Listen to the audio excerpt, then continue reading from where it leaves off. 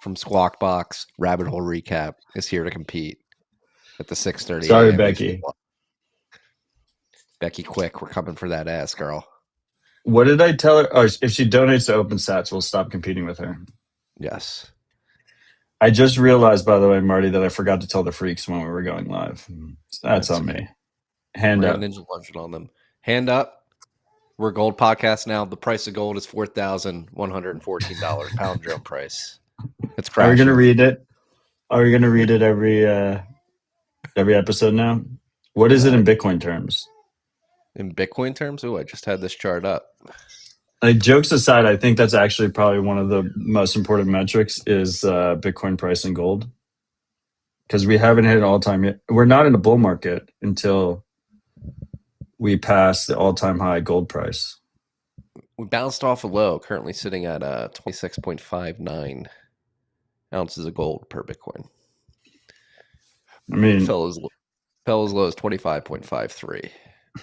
It's pretty crazy. You can get 26 ounces of gold for Bitcoin. Yeah, it's a lot of gold. Like, imagine being bearish on that. I mean, you can't even. Can you even fit that much in pockets? Like, how big is that? I don't know. I think this is 8 grams. How many grams in an ounce? How many grams in an ounce? 16? No, 16 ounces in a pound. I was doing weed math. How many grams? I have no idea how many. Ask Maple. I think it's like 30 something. How many grams in an ounce? 28.34. So this is. So what does that mean? This is like almost a quarter of an ounce, or a little over a quarter of an ounce. So 4 of these times 24. So 100 of those. I don't think you 100 of those rings. I don't think you can fit in your pocket. It's 100. It's 100 of those rings. Yeah. Imagine being bearish on that. That's pretty crazy. Can you hold up the ring for scale again?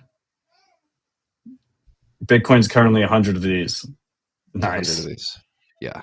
Pretty nice. That's pretty good. I'm pretty happy with that. But unfortunately for us, Bitcoin was created by the CIA. Our good friend Tucker Carlson. I love how after Tucker said that, he was literally like, by the way, I was created by the CIA.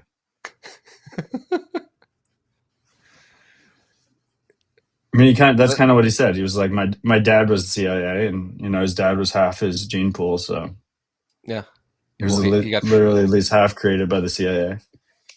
I think he was trolling somebody earlier. I saw some clips from that event.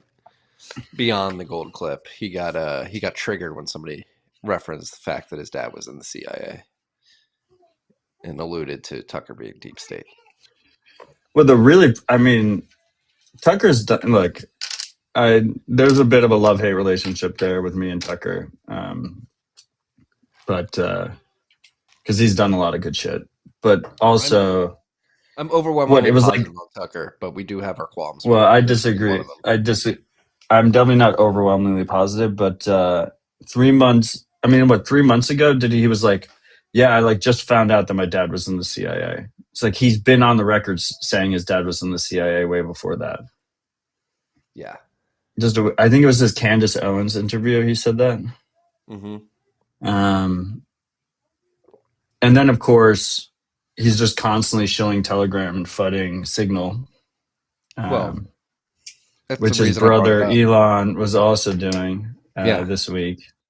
Even though his encrypted chat app is not open source and encrypted, quote unquote, encrypted by a 4-digit PIN that most people are probably doing like 1111 for. Well, let's jump in. Let's start with the gold Tucker CIA Bitcoin thing, because I think it is important FUD to break, because it's not the only person of relative prominence that is out there saying this is the fact that the NSA or the CIA created Bitcoin. Catherine Austin Fitts, who's big in World Economic Forum, Great Reset circles, conspiracy circles, for lack of a better term. There are many others that I've run into that have said it's the CIA behind the scenes or the NSA, and it's like, okay. I mean, we've been hearing this for decades. Well, not decades, but since Bitcoin began.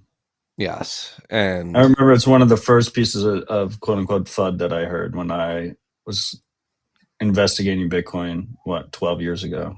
Yes.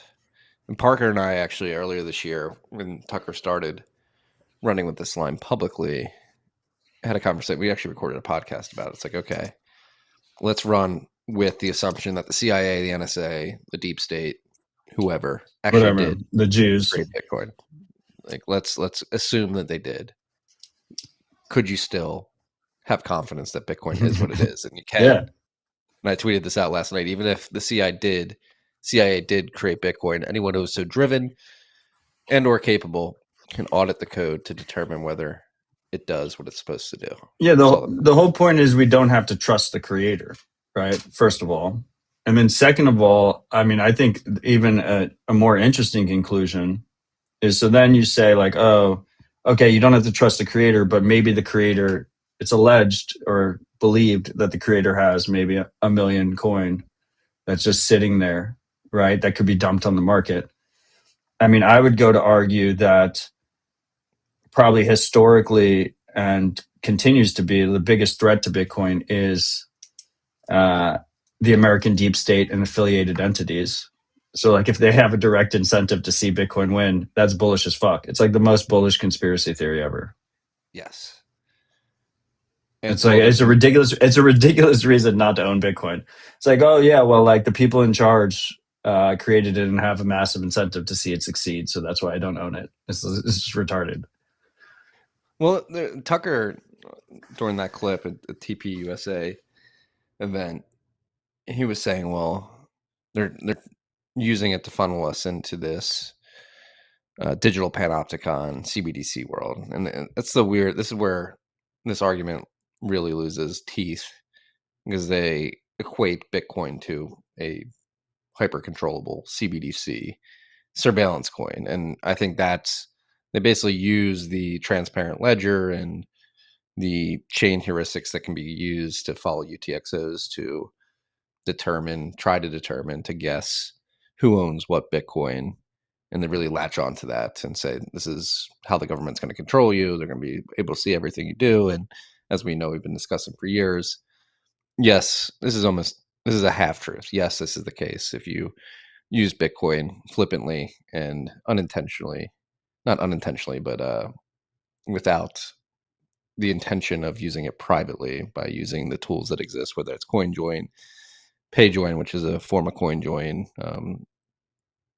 basically using new addresses, using Bitcoin in a way that preserves your privacy, it is easier for people to try to figure out which addresses you own, how much Bitcoin you have. But just because it is possible doesn't mean that the government's going to know exactly who has what, where, when. Well, I think there's a better argument that USD tokens, that people call them stable coins, are quasi CBDCs or private bank digital currencies, PBDCs, if you will.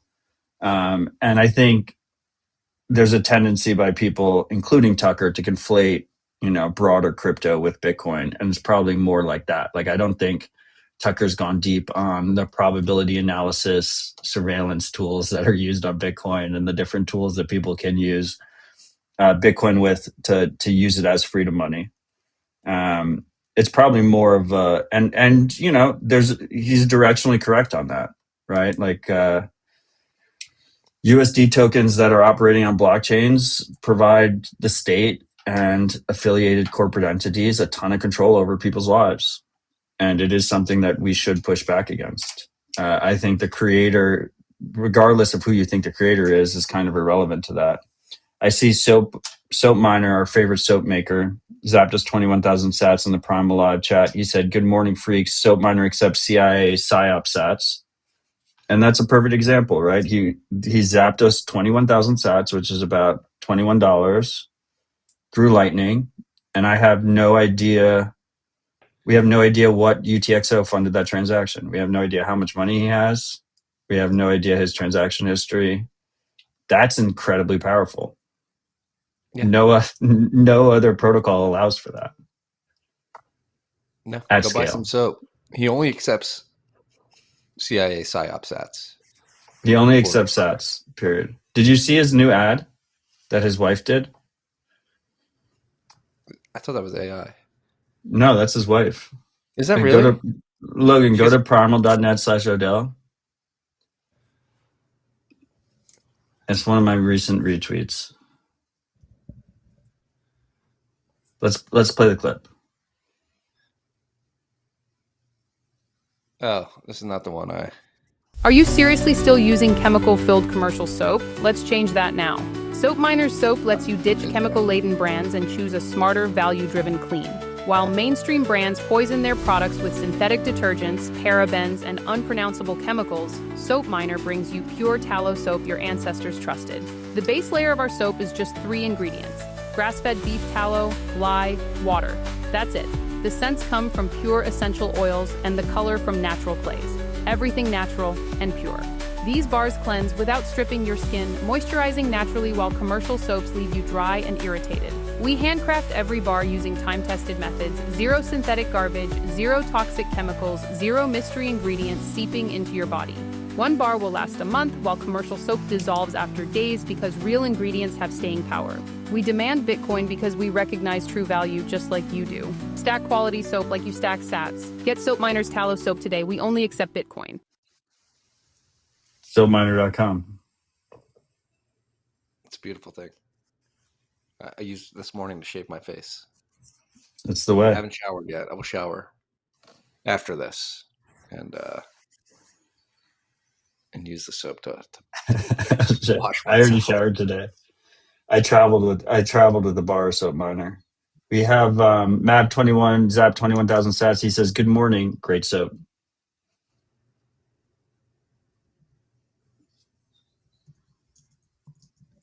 I'm sending a tweet out right now. Why? To let people know that we're on air. You know, people are waking up, and to let Squawk Box know that we're competing with them. Well, it's live. It's live on X, right? Did you tag Joe? I did. He's live on Squawk Box right now, checking his notifications, shivering in fear that he has a new competitor at this hour.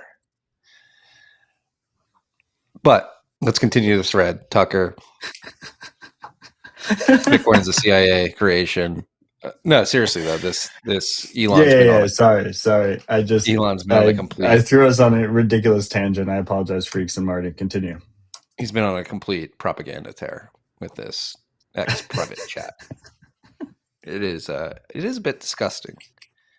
I think earlier this week when AWS went down, AWS East proved that centralized third parties are security holes. Number one.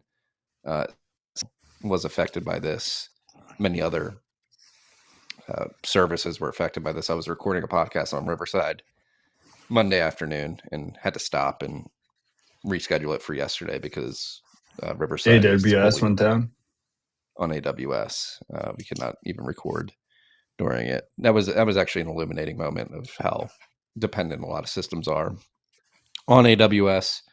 Signal being one of them. Elon and many others on X took the opportunity to sort of throw shade towards Signal specifically. I mean, it was more than shade. It was pretty aggressive posting.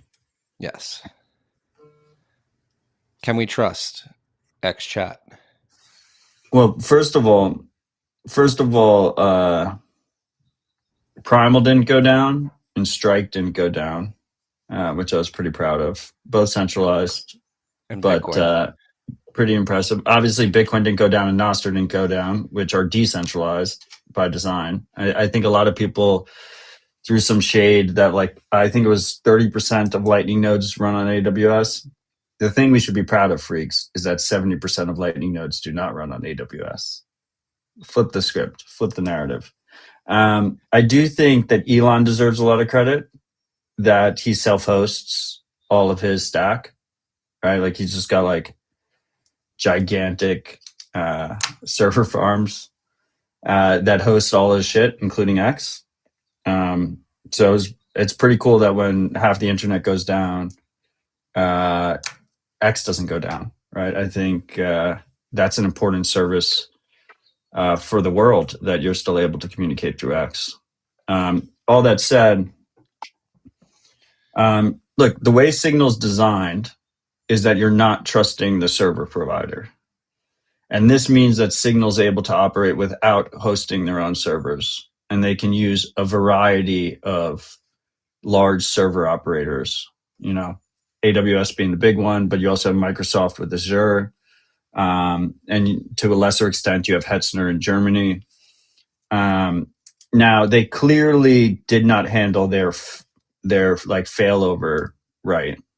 Like they should be hosting on multiple of them.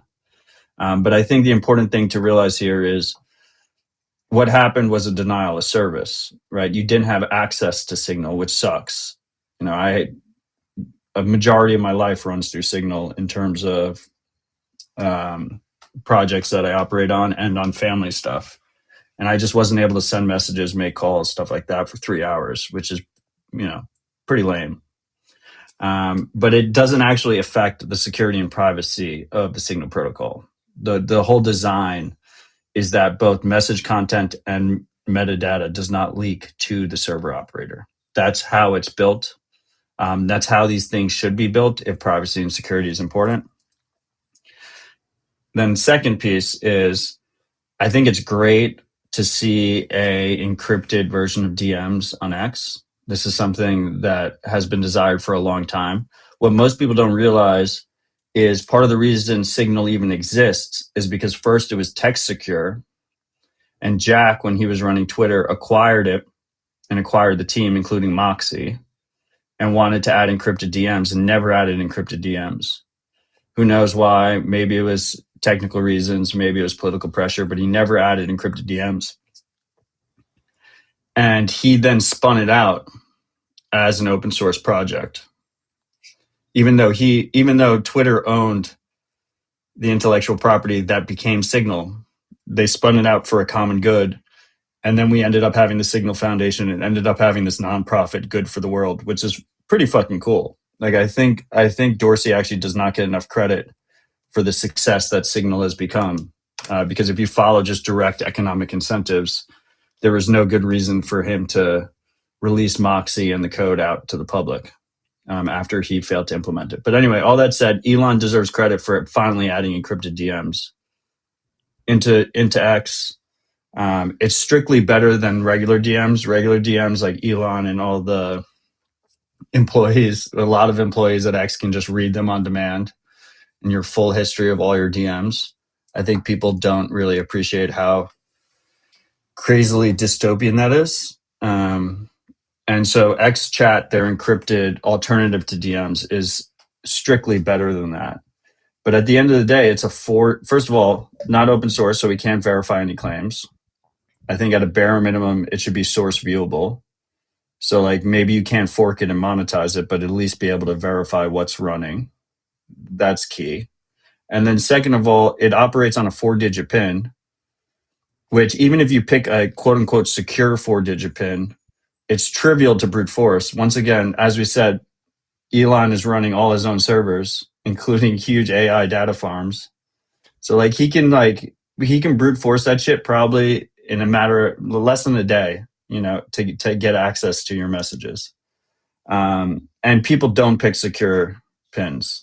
Maybe it's their birthday that they've already told X when their birthday is. Maybe it's, 1212, but they don't pick secure pins. Last four of their phone number. Yeah, and I will say that this is a hard problem to solve, which is why it's like trade-offs all the way down. No solutions, only trade-offs. But I think Signal makes the best trade-off balance in how they handle it, which is if you reinitialize Signal on a different device, you just lose all your messages. You can't get access to those messages. And this is also where people say the phone number dependency on Signal is questionable. Well, they're trying to make a reasonably secure, user-friendly messenger, which is very difficult to do. And that's part of the reason why they use the phone number requirement, even though the phone number isn't doxed to people you contact. it's used as spam mitigation and user authentication. So it's nuanced, right? But for Elon to go out there and be like, Signal's insecure because AWS is down, he knows exactly what he's doing. He's a smart guy. He's incredibly intelligent. He's one of the best executors on the planet. Dude builds multi-billion-dollar businesses like it's lunch. And he knows exactly what he's doing. I mean, I think that's a red flag. And it's disappointing to see. Just as it was disappointing to see Tucker FUD Signal for an inferior solution in Telegram, because I know Tucker knows what he's doing, and I know Elon knows what he's doing here. So it's a little bit more of the same on that front. But anyway, those are my thoughts. A masterclass in newsjacking is what Elon displayed on Monday when AWS went down.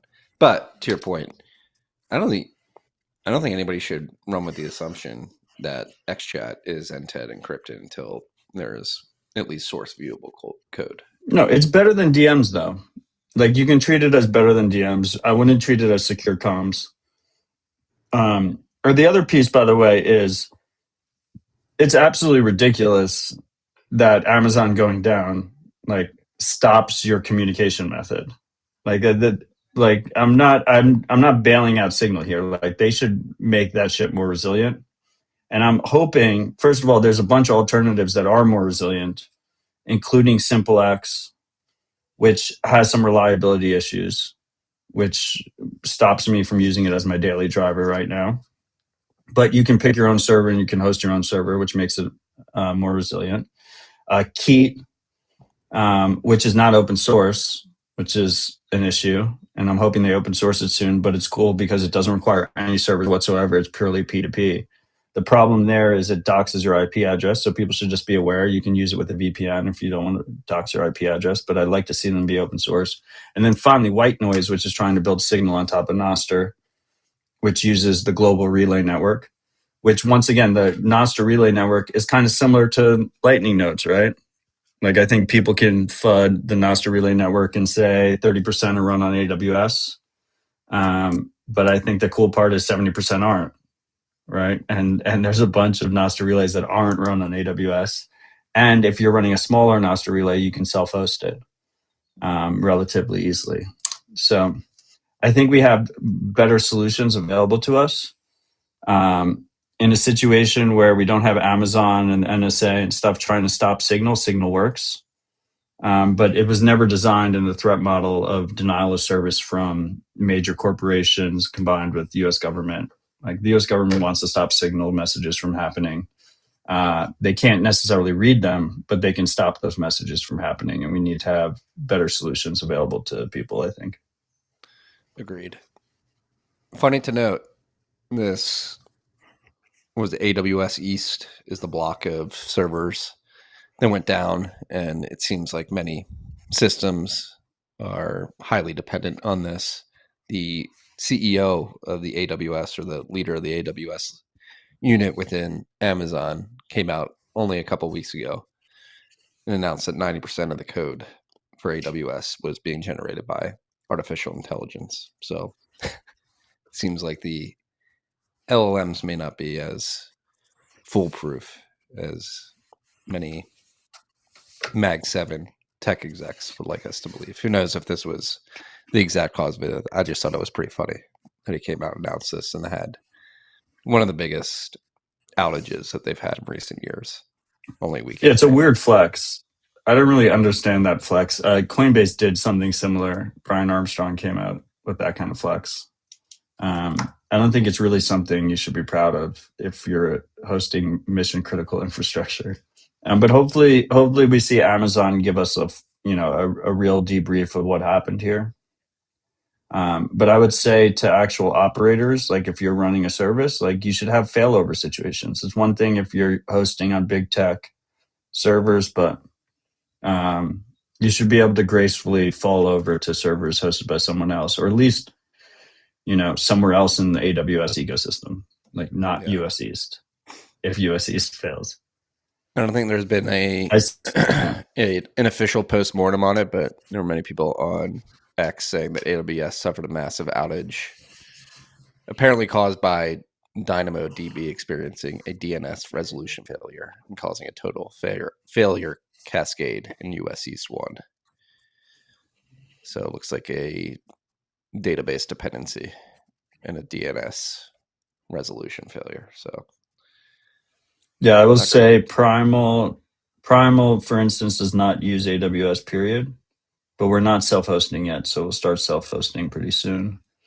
But then also the beautiful thing is that you can run your own caching server. You can run your own Primal backend if you want, and be independent and easily switch between it and the UI. I see Mark C zapped us 21,000 sats. He said, just got the baby down for his morning nap and CRHR morning rip. What a great start to the day. Shout out to Paul Lax. Good DP. Is that the hat you're wearing? No, this is PubKey. But I am. He just knows your lore. I am a DePaul alumni, and I was the head coach of DePaul's men's lacrosse team, our club team, my sophomore through senior year, and we went to the nationals my senior year. We won our conference, went to nationals. I was the head coach. I'd suffered my sixth concussion my freshman year, hung up the cleats, hung up the stick, put on the whistle, and led the men to glory. We went from 2-10 to, I believe we went 10-3 our senior year. Went to nationals, won our conference. It was a beautiful thing. Shout out to you, Mark C, for knowing that DPU lacks lore. I'm proud of you, Marty. But this isn't a lacrosse podcast. It's a Bitcoin podcast. Did you see what was happening at the Federal Reserve this week? It's a gold podcast. What? No, probably not. There was like a teach-in with many people from the crypto industry. Basically, a day-long event. I think I watched like 2 hours of it. It was actually pretty interesting. The fact that the Federal Reserve was open to industry, quote unquote, industry leaders. There was no Bitcoin people there outside maybe the CEO of Fireblocks, who took some time to explain multi-sig and how you can. He focused on Bitcoin specifically for a good amount of time, which I was happy about. But it was mostly a crypto event. How can we integrate stable coins and real-world asset tokens into the banking system? And it was interesting. Exciting. Fed Reserve Governor Waller was there, and he was saying that, hey, we need to implement this stuff. But the reason I bring it up is because stablecoins, real world assets, this is all that crypto and Wall Street is focused on right now. And I think it's a red herring, a siren call that people should be aware of. They're going to try and tokenize all the things and dump shitty commercial real estate exposure onto retail. So be aware. Look, I mean, I think, first of all, investment real estate is a shitcoin. It's one thing if you want to own your own house. You can't live in a Bitcoin. And I think it gives families a lot of flexibility and relative freedom if they own their own house. So I respect that. But to actually own real estate as an investment is just... it's just a horrible investment compared to Bitcoin. You're way better off holding Bitcoin. And I think history has shown that. I think the future will continue to show that. I think it'll be very obvious to people after the fact. Real world assets, it's been a broken record about this for 7 years now on the show, and longer in person. But real world assets require some trusted third party to actually enforce that contract and hold the real world asset for you. There's no way to cryptographically, natively, digitally connect your token with something in the real world, whether that's gold, whether that's dollars, whether that's real estate, whether that's stocks. All that said, I do think UX wise, it's probably strictly better than the conventional traditional system. So there is a step improvement there. But I think it's way overhyped and people focus way too much time on it because you do have that trusted third party involved. And that's the key fundamental thing that Bitcoin solved, right? Is that you're able to have money that you can save without permission, with no trusted third party involved, because you have this native digital bearer. Yeah, completely agree. But going back to the CEO of Fireblocks, his name is escaping me. It was pretty cool to see him explain. The people in the audience were asking questions about, like, okay, like, how do we do the sort of interbank settlement with this technology? And he was like, you don't need to. Bitcoin, the ledger does it for you. Like, if you have your custody set up right and you're able to officially separate accounts for your clients using separate wallets with specific UTXOs, and you're accounting for that appropriately and you're sending between those, it is doing the settling for you. And so it was a signal to me. It's like wild times. We have people sitting in Federal Reserve buildings explaining how this stuff works to Federal Reserve board members, and basically saying, like, this technology completely revamps the system of accounts that we have in the banking system right now. Like, the ledger does it for you. The files are in the computer, if you will. And I think it was a sign of the times. It was very corporate and very suity, but it was like, whoa, we were actually making the case to the Federal Reserve that Bitcoin, the protocol, distributed ledger technology, for lack of a better term, is a step function improvement in the way that we settle money in the banking system today. And the Federal Reserve, it's officially noted in the notes of a meeting that was held that the tech is here and it's better. So that was cool to see. But as I said, a lot of focus on stable coins and real world assets. And I would piggyback on what you said. I agree. It may be a step function improvement in the way that you issue an account for stocks, or the real estate shares still doesn't really make any sense to me, but stocks makes a lot of sense to me. But again, what is the I think the market of that? I mean, look, I think the real estate shares also make sense, except for the fact that the underlying asset's a shitcoin. And maybe it makes more sense after, like, post hyper Bitcoinization, when these things get repriced. And there's actually, there's a proper market valuation on the independent real estate that's being valued, because right now it's just completely overvalued, particularly in Bitcoin terms, but even in fiat terms.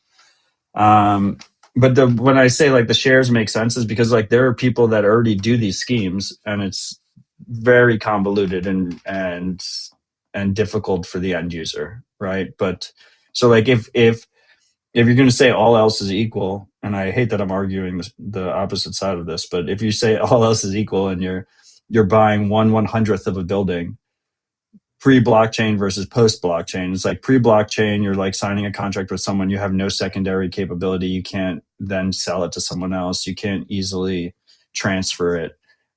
It's net benefit. Like, it's net I think a clear benefit to the end quote unquote investor. Besides the fact that the actual underlying asset is completely overvalued. I would say, just real quick here, if I'm going to put my Bitcoin Policy Institute hat on for a second, we've gotten a lot of shit, playing politics, blah, blah, blah, getting involved with the beast. The status quo, if Bitcoin Policy Institute doesn't exist, is that these meetings continue to happen that are just completely dominated by corporate shitcoiners. It's just like, massive companies that only care about crypto. And the reason Bitcoin Policy Institute exists in the first place is so that Bitcoiners that care about using Bitcoin as freedom money have a seat at the table for these types of events. I would say in BPI's situation right now, like, it was a miss that we didn't have anyone at that meeting. But the fact that it was a near miss, I think, is a win in itself. And the assumption is that those types of meetings, we will have a Bitcoiner there that is actually advocating for people that care about Bitcoin as freedom money in America. Yeah, I mean, the list, it was CEO from Fireblocks, Yeah, Charles from Paxos there, Kyle Samani, the Chainlink guy. Coinbase was there, right? I think Coinbase was there. You had Lead Bank, which Lead Bank, for anybody who's not in the know, they've been an incredible partner for Bitcoin companies in the space for many years. One of the leaders on the banking side to actually stick their necks out and bank Bitcoin companies, even during the 2023 crisis when people were playing hot potato. And a bunch of other shitcoiners basically going to the Federal Reserve and saying, here's what you guys need to do. And to your point, I think we need many more Bitcoiners in the room when these conversations are happening.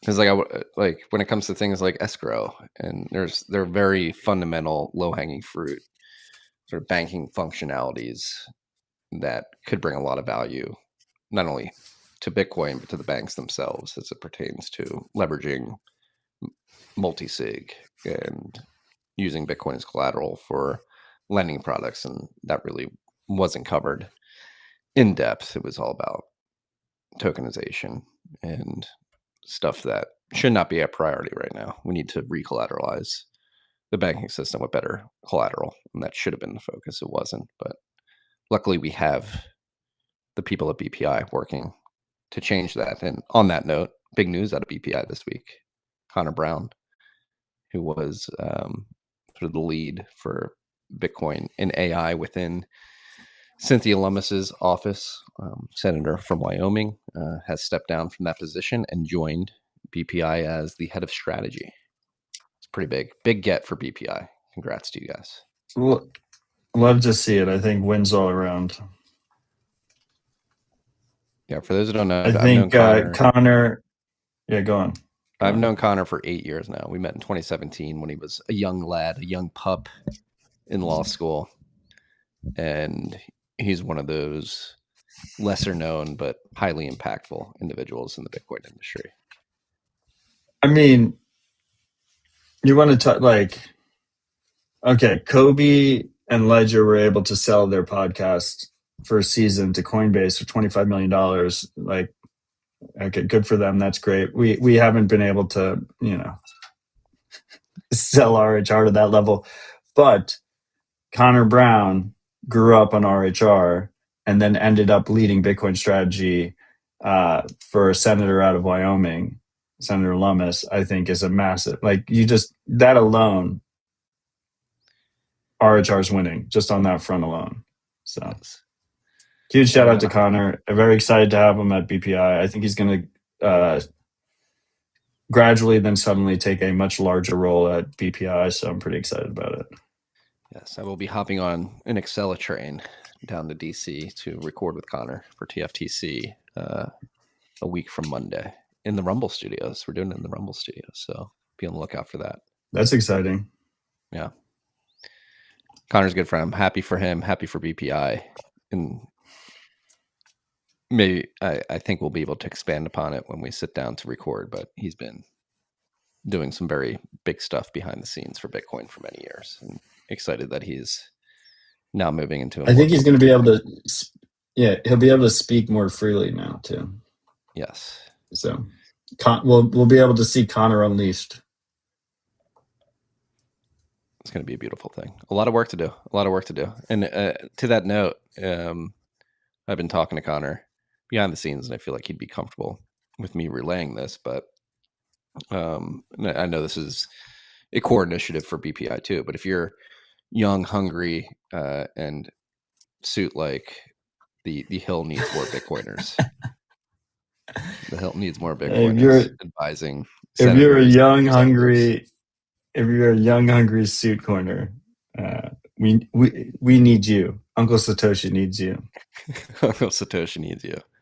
So, and Connor's been tweeting about this too. If you're out there and you're willing to live in the swamp and help advise on Bitcoin policy, you are desperately needed. So consider taking up the call. You don't have to be young either. If you're an older freak, suit coiner, it'd be great to have you. A lot of these staffing positions or lower level. I think that's the problem we face right now, is we do need young people, because we need the interns. It's a significant pay decrease if you're a well established Zoocoiner already. Maybe consider it your civic duty. No, fuck that. But I know, I'm kidding.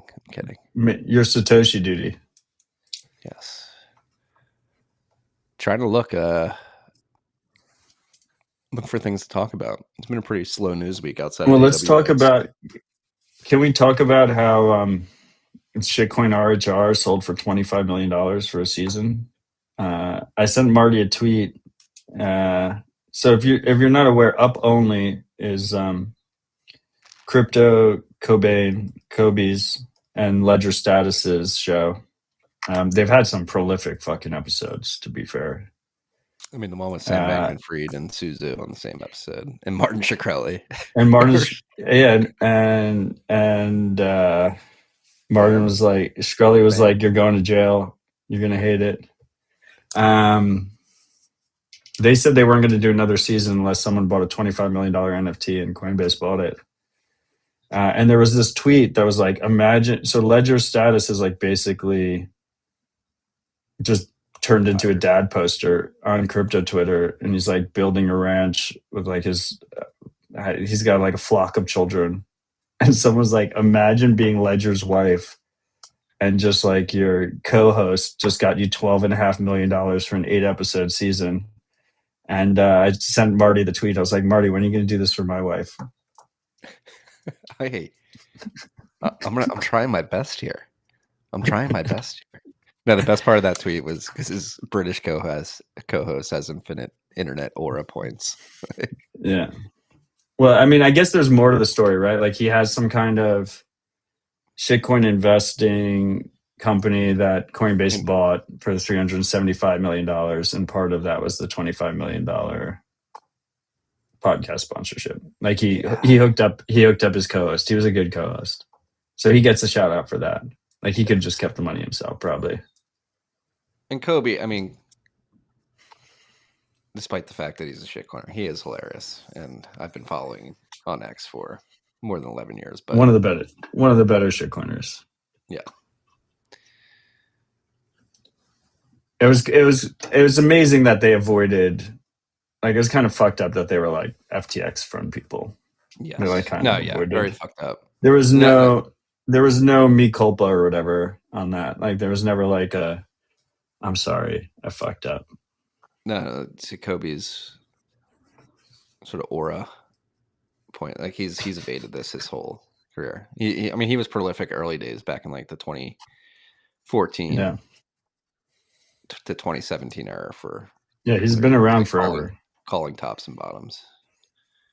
But yeah, what is it about RHR? How do you think who would we sell the show to for $25 million?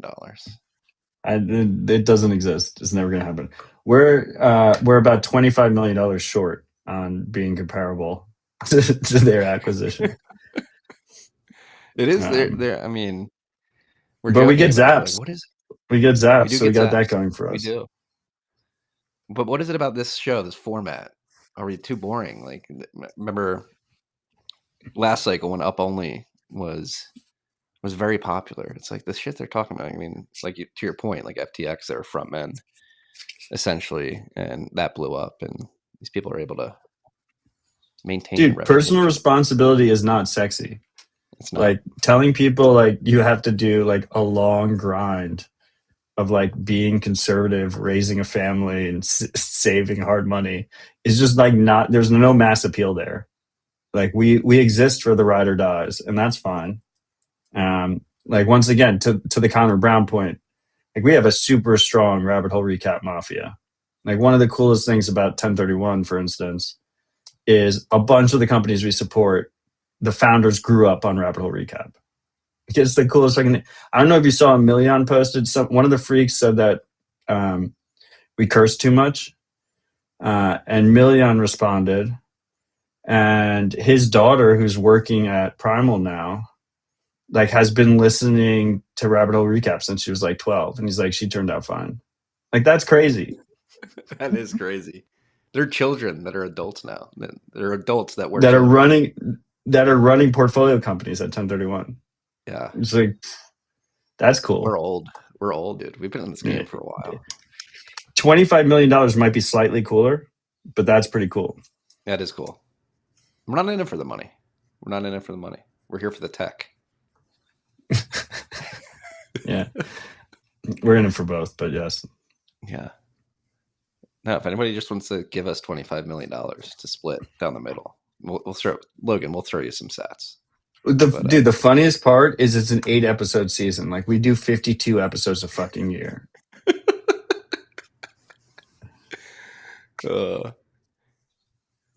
Hey, let's not rain on people's success. Shout out to Kobe and Ledger, even though you've been from they deserve Bitcoin exchanges. They deserve credit for it. the Ledger part of it is hilarious. He's just in the woods building a ranch. Just along for the ride. Yeah. Just wakes up one day, honey, we're $12.5 million richer. Good for that family. I agree. I always like Ledger a lot. Yeah. He's a good one. What do we have to look forward to this weekend in Lugano? You excited? I don't know. I'm doing 4 panels. When is your Shark Tank? That's on Monday. I'm doing 4 panels in addition to that. Are you excited for that? Yeah, they did the first round yesterday, so I sat in for a little bit. There's some cool pitches there. I think it's cool that Tether's throwing a bunch of money as prizes, automatic prizes for the top winners on both the open source side and the for-profit side. And I always I used to love Shark Tank. I definitely do not watch it anymore, but I used to love Shark Tank, so it's kind of cool. I and they're doing it at their version of Bitcoin Park, the POW hub. They have like a full production suite. Like, Giacomo is a legend among men. He's the fearless leader over there. I interviewed Francis for Civil Dispatch, and then right afterwards, he was a judge on the first round. So like the idea is they have like capital allocators, and then they have one entrepreneur on the judge panel. So like it's kind of funny that Francis is on the judge panel, because not only is he not an investor, but also he bootstrapped his business and never took outside capital. But he was there as their advocate, basically. So that was fun. Vibes were high. People were excited about it. It's cool seeing young people excited about building on Bitcoin, just in general. Are you allowed to talk about what pitches have been made yet, or is that for? I think a recording that will be released later. I think I'm not supposed to. Everything is going to be exclusively posted to Rumble, is my understanding, including Plan B forums, live stream. Yeah, not shocking. Tether invested $750 million into Rumble, so most expensive live stream of all time. But yes, it should be up with pretty good production quality. Hopefully, relatively soon, because I always think the stuff ages really poorly. So hopefully, it gets released sooner rather than later. Yeah. Just looking at the mempool. Want to check the mempool? 1 sat per VByte across the board. Mempools are empty. Doesn't look like people are spamming the chain right now. Hash no, rate. I think they are. They Marty, they're still spamming the chain. They're just spamming it quite cheaply. Yes, is what's happening right now. That is what's happening. I will say that, freaks, I've been doing my part. I send a lot of on-chain transactions, so I do as well. I've sent I probably average at least 3 to 4 a week. Yeah, I mean, if you're not sending at least 16 on-chain transactions a month, then you're part of the problem. Yeah, you are. You're like, I made the line for you, Marty. It's looking at I'm just on mempool.space perusing. It's a great website to peruse if you're looking for data. 1.11 zeta hash per second. Did you see they added their stale block feature where if there's 2 blocks competing, it shows it on the homepage now. Let me see. Shout out them for that. Where am I supposed to see this? I mean, you'll only see it if there's 2 blocks competing. So it'll just shows it in the. I think if you go to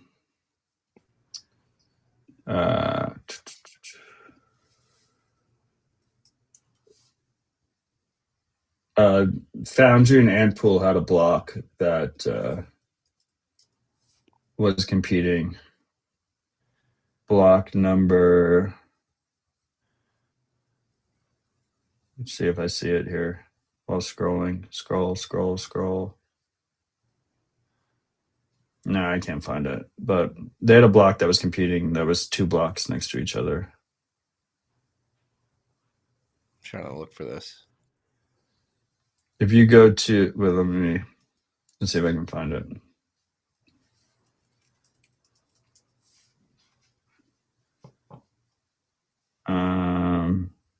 Block 920.212. 920.212. I passed it. But scroll to it on the main page.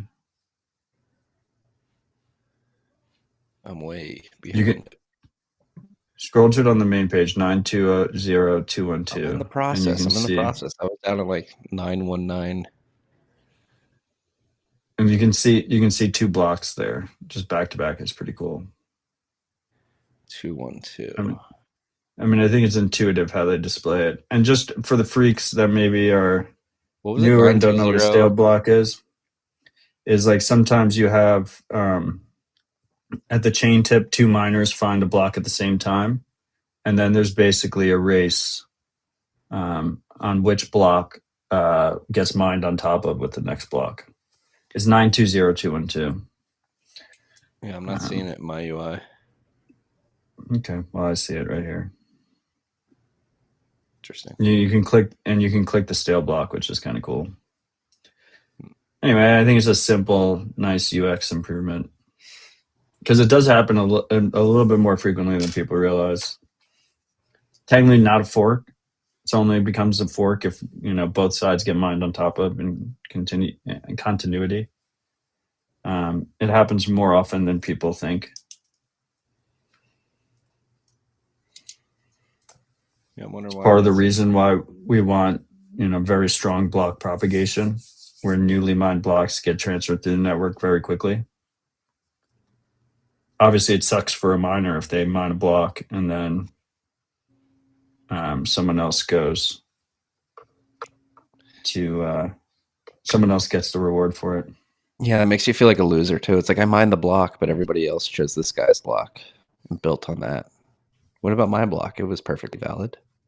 Why didn't you build on this one? Yeah, it's hard to not take it personally. Yeah. I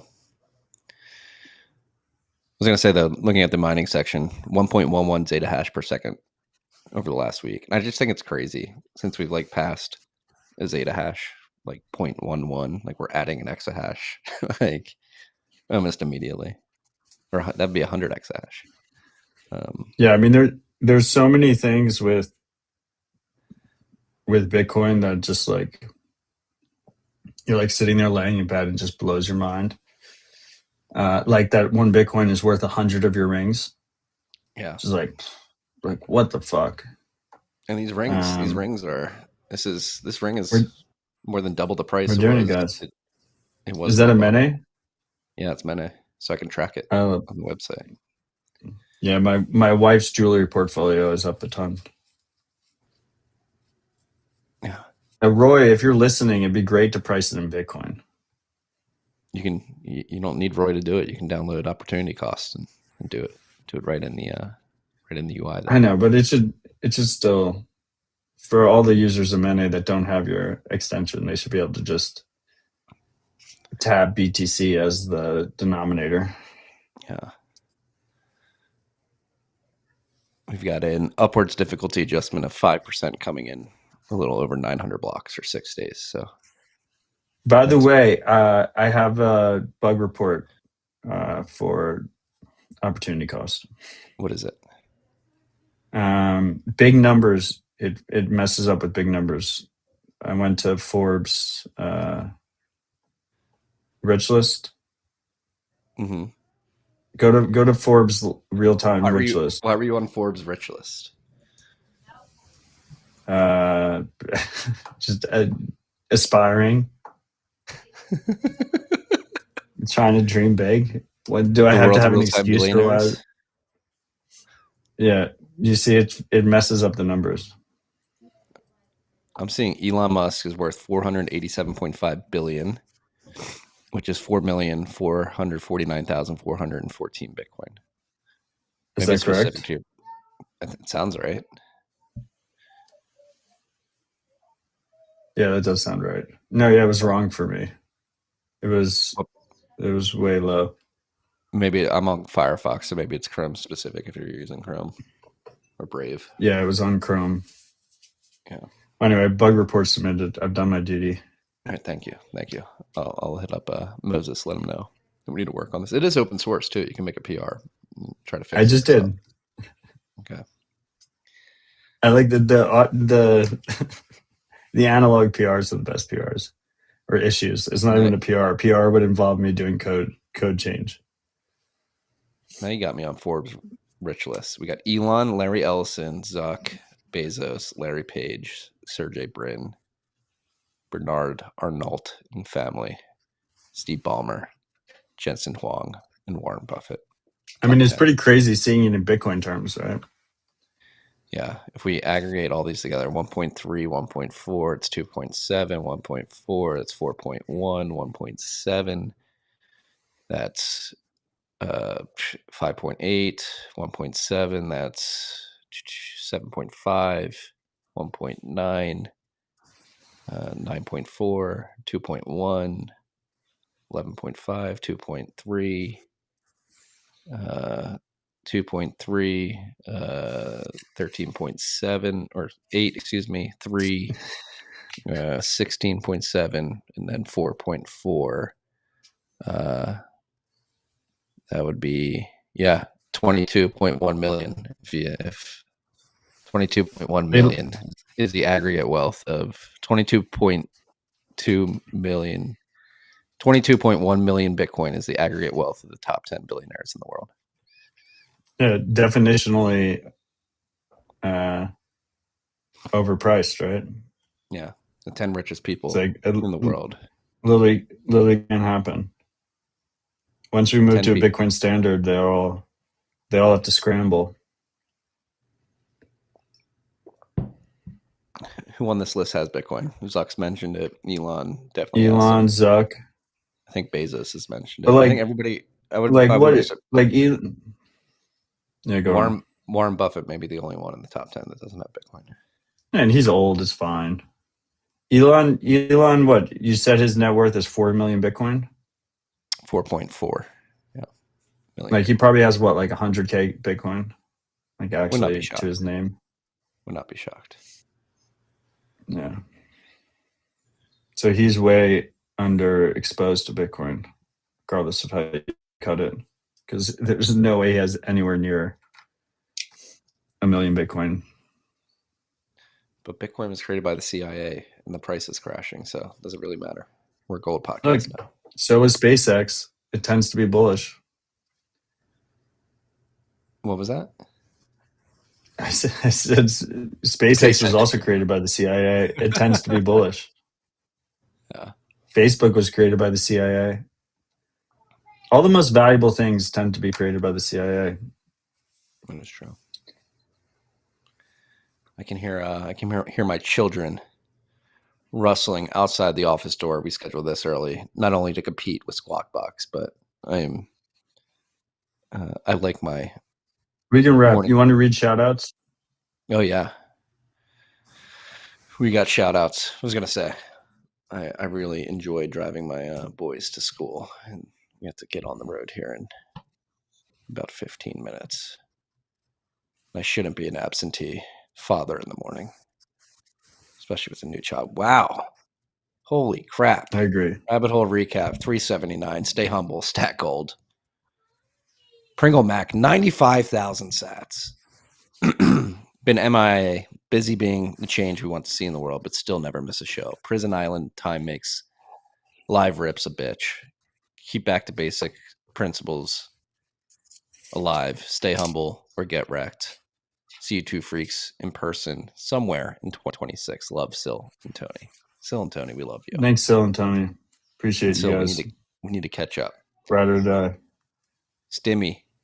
Hashtag 40 hours per week of headphones on. 22,222 sats, twos across the board. Palindrome boosts. Shout out to Ben working in Senator Ben's office. Great to meet you this week. There are freaks and Bitcoin Bens everywhere. This is what winning looks like we said earlier. The real Love signal. It was up only. Yeah, sure. They got bought for $25 million or one season. But did they have as much influence behind the scenes as Rabbit Hole Recap Mafia? I don't think so. It's a good name too, Up Only. I mean, yes. Besides the fact that it's like pretty much gone, all their positions have gone down only. But good name. Gert, 80 IQ, 21,000 sats. Hi, freaks. I'm appealing for your help. A catastrophic node failure has occurred, meaning I'm out of a lot of sats. Can I ask that if you have a channel to my node, which is Mickey Weir, MICKEYWEIR, can you please force close the channel so I might recover my funds? Help a fellow freak out from a bad situation. I appreciate karma, and we'll put it back out into the world. Love you all.